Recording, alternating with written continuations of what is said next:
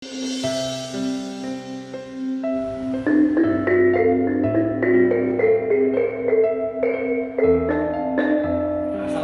warahmatullahi wabarakatuh. Perkenalkan, nama saya Lukman Syarif.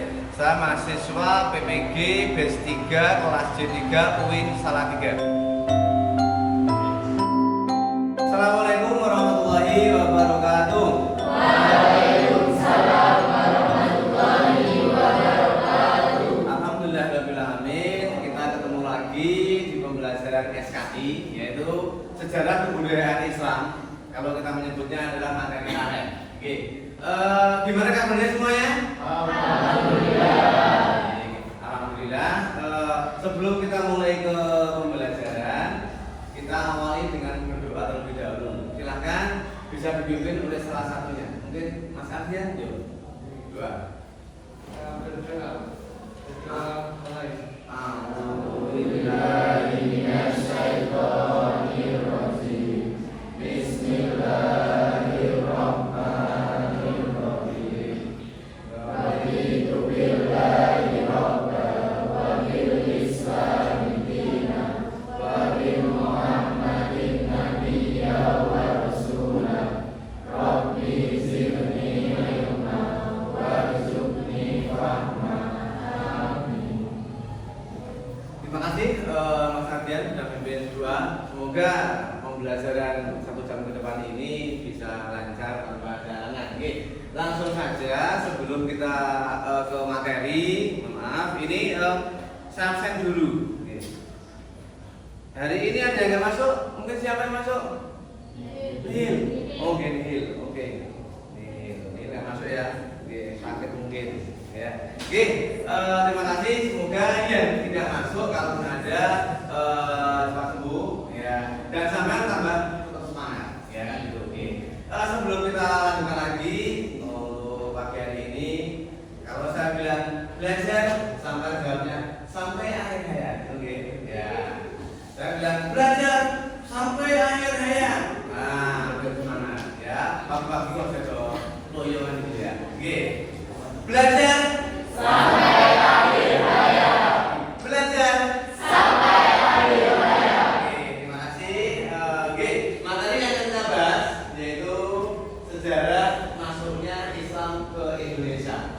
Ini materi bab pertama RPP, ya. Di sini disebutkan untuk KI atau kompetensi inti, ya.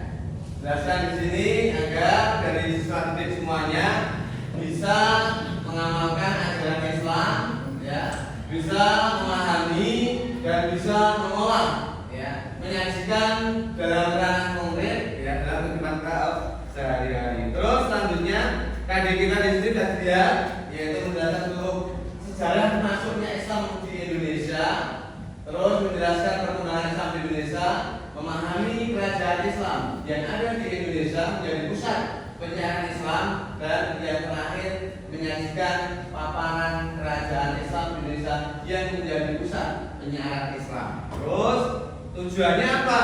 Nah, pembelajaran ini yaitu bertujuan ada beberapa di sini, ya, bisa dengan lihat dari awal, yaitu menelaah sejarah masuknya Islam sampai menyajikan paparan tentang kerajaan Banten di Banten yang sesuai dengan materi yang akan kami sampaikan nanti. Itu tujuan pembelajarannya.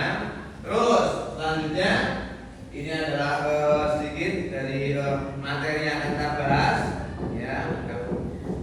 Yang kita bahas yang pertama apa? Jalur masuknya Islam ke Indonesia. Kita tahu, ya, ada 2 jalur yang disebut di sini, yaitu jalur utara dan jalur selatan. Kita bisa melihat perbedaannya di mana? Perbedaannya yaitu ada di Damaskus, Baghdad, itu yang utara, terus yang selatan yaitu melewati Zaman. Oke, kalau di sini gambarkan, nah ini, ya. Jadi kita Asia dan Afrika, bagian Eropa ada. Nah, jalur masuknya Islam yang utara ini dari sini Mekah, Madinah, Arab, ya, ke utara sampai Damaskus. Dari sini Damaskus. Nanti turun sini. Kalau ini kan jalur sutra, jalur sutra. Nah, terus ke Baghdad, ke Teluk Persia ini, Teluk Persia. Terus turun lewat Bandar Hormuz sampai ke Gujarat. Nah, Podo Gujarat langsung ke di bawah pantai barat India, terus Sri Lanka ini yang dia mungkin Ceylon namanya, itu jajahan Inggris ya. Terus ke pantai timur India, Teluk Benggala, turun sampai ke Indonesia di Indonesia. Nah, yang selatan ini arah turun ke sini lewat Laut Merah. Nah, sampai ke Yaman, baru ke ini sama dari India nyambung ke Gujarat di Podo. Sampai ke sini. Itu jalur masuknya Islam ke Indonesia. Jadi ada dua. Kalau kemarin kita bahas yaitu yang pertama adalah jalur utara, yang kedua yaitu jalur selatan. Yang membedakan tadi ada di Damaskus sama Yaman. Terus selanjutnya teori masuknya Islam ini ada tiga. Yang pertama mungkin kalau ada yang keliru dan betulkan. Yang pertama adalah teori Gujarat, teori Persia yang kedua, yang ketiga teori Mekah. Kalau ada yang salah kemarin mungkin saya bilang salah, ini harus dibetulkan. Nah ini 13 terus ke 7. Nah ini yang paling awal. Yang paling awal apa buktinya? Nah disebutkan ada bukti yaitu yang membawa adalah orang-orang Gujarat. Dengan Gujarat ini dengan Persia itu Iran. Nah saat ini itu Iran itu adalah satu negara ya yang banyak apa namanya budaya-budayanya kita pakai seperti tabot ya di Bengkulu, ada di Tapal Selatan itu ada upacara juga ya yang diambil dari orang-orang Persia ini. Yang ketiga teori Mekah yaitu ada penampungan Muslim yang ada di pantai barat Sumatera, yaitu di Barus, Tapanuli, Sumatera Utara. Terus selanjutnya ya ini nanti di situ untuk apa cara pengembangannya yang materi selanjutnya. G itu mungkin ada yang mau ditanyakan dari apa yang saya sampaikan. Nah, ini silakan. IPA 1 sekarang harus luar biasa. Oke, lengkapnya. Oke, ya. Insyaallah seperti itu. Oke. Kalau nggak ada, untuk selanjutnya sekarang diskusi. Yuk sekarang diskusi satu kelompok 1, 2, 3, 4, 5, 6 ya. Seperti biasa kita akan memberikan materi diskusi. Silakan bisa mengambil buku ya untuk diskusi. Kelompok 1, kelompok 2, kelompok 3, kelompok 4, kelompok 5, kelompok 6 ya, kelompok 6. Silahkan kalian catat. Mohon maaf saya juga bawa kertas gitu Pak. Bisa dicatat nomor satu aja, satu nomor ya, satu. Oke ya, sudah ya. Oke, soal satu yaitu bagaimana kondisi bangsa Indonesia sebelum adanya agama Islam.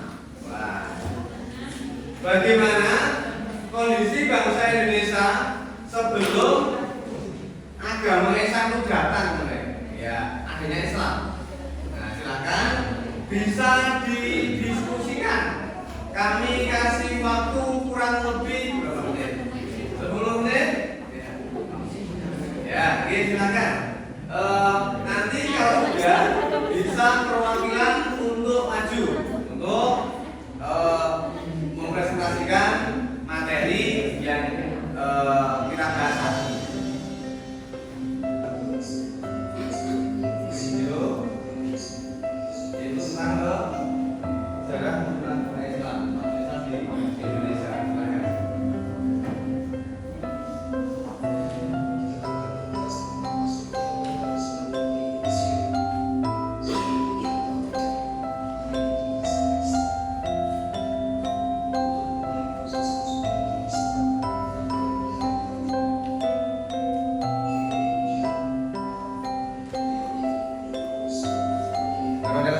bisa ditanyakan.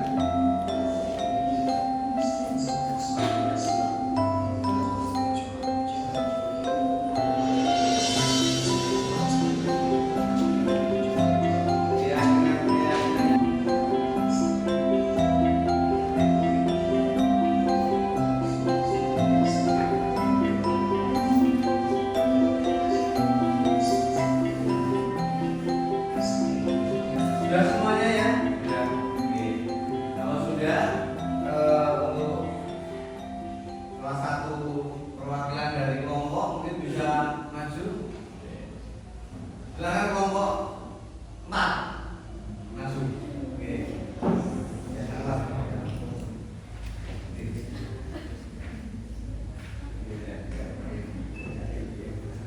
Untuk memperkenalkan.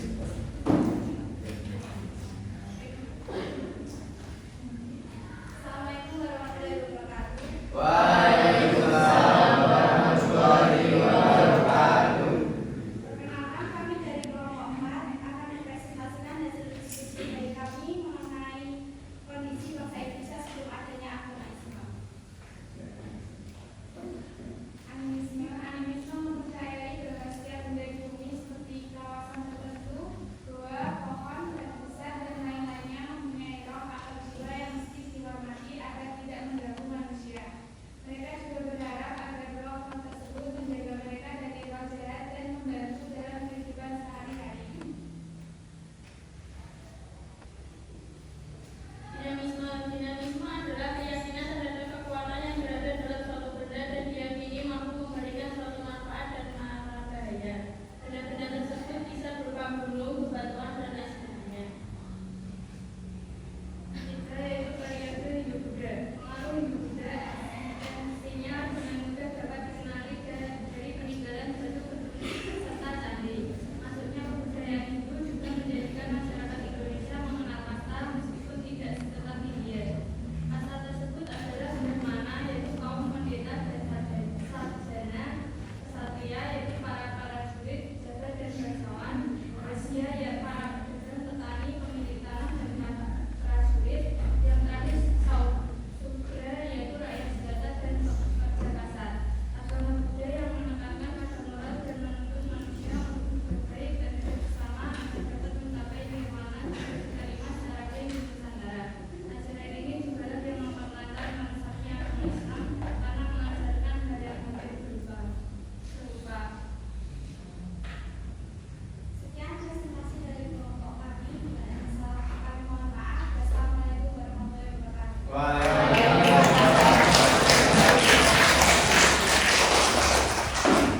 Oke, terima kasih dari kelompok 4 sudah mempresentasikan dari apa yang tadi dibahas, didiskusikan, yaitu tentang kondisi Indonesia sebelum Islam itu masuk. Oke, untuk penilaian, ya, kalau penilaiannya ini nanti bisa dikumpulkan, nanti akan kami nilai, ya.